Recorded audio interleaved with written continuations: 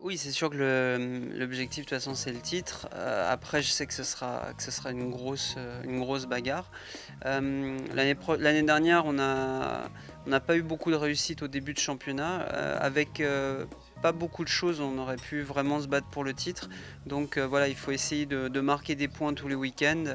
Et puis on verra déjà en mi-saison où est-ce qu'on peut se situer. Mais en tout cas ce qui est sûr, c'est que je pense que j'ai l'équipe et la voiture pour me battre devant.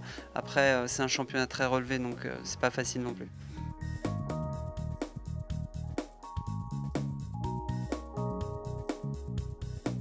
En qualif, on n'a pas du tout plus de puissance. On a gagné que de l'efficience. Il y a moins de déperdition d'énergie entre la batterie et la roue.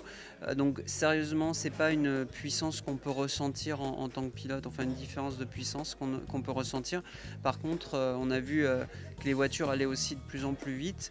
Je pense qu'on a amélioré aussi les setups de la voiture. Donc l'ensemble fait qu'on va de plus en plus vite en utilisant la même énergie. Donc c'est assez intéressant quand même pour le développement de la voiture électrique.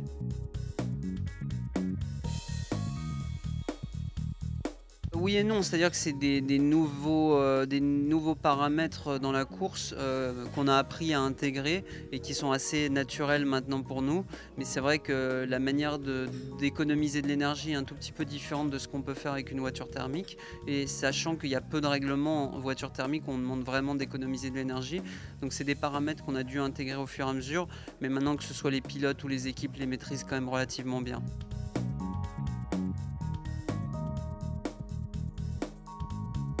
Pour moi, c'est à la fois le meilleur championnat que j'ai fait et aussi là où je trouvais la plus grosse bagarre. C'est-à-dire que chaque dixième compte. On voit en qualif c'est très serré. Il suffit d'avoir, c'est qu'un tour, puis un gros niveau de pilote et d'équipe. Donc c'est un championnat vraiment avec une bagarre assez intense. Mais je dirais que la victoire n'est que plus belle. C'est-à-dire que gagner une course en Formule E, c'est une joie incroyable parce qu'on sait qu'on a quand même fait quelque chose d'important.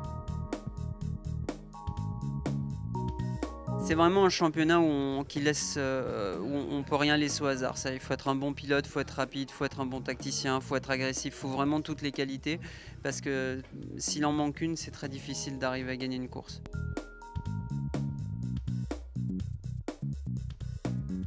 Oui, alors bon, cette année elle a été écourtée, mais je dirais plutôt dans le positif. Rébellion, c'est une équipe dans laquelle je suis depuis des années, donc j'étais même un petit peu, j'étais en tout cas dans les personnes qui poussaient pour aller dans cette direction. C'est-à-dire que malheureusement, je pense que le LMP1 privé a été un peu tué par des mauvaises règles, et je pensais que c'était un petit peu le moment d'arrêter en fait l'incendie et de se focaliser sur un nouveau programme, sur de nouveaux objectifs.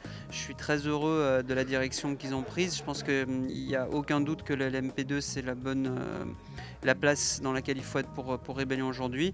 Par contre le LMP2, WEC, ELMS aux États-Unis, je ne sais pas. Je pense que le LMP2 américain est particulièrement attrayant pour le futur. J'en sais rien pour l'instant, mais c'est quelque chose qui me ferait vraiment très plaisir.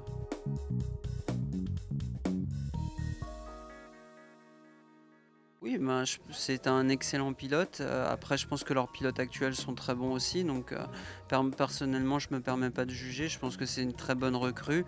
Après, c'est sûr qu'il y a aussi la performance de la voiture qui est très importante. Bon, je viens d'annoncer ce matin que j'allais refaire quelques courses du Trophée Andros. Ça, c'est plus c'est une envie que j'avais. Et puis, je pense que c'est un très bon moyen de rester bien en jambes pendant l'hiver. Et après, mon programme principal sera la Formule E et normalement l'endurance, bien sûr, ensemble. Enfin, c'est mes deux programmes principaux. J'ai pas forcément de vocation à faire plus parce que c'est pas vraiment compatible. La FE demande énormément de travail, énormément d'investissement en dehors des courses, donc je veux me concentrer bien là-dessus. J'ai la voiture pour gagner, donc je veux faire le maximum possible.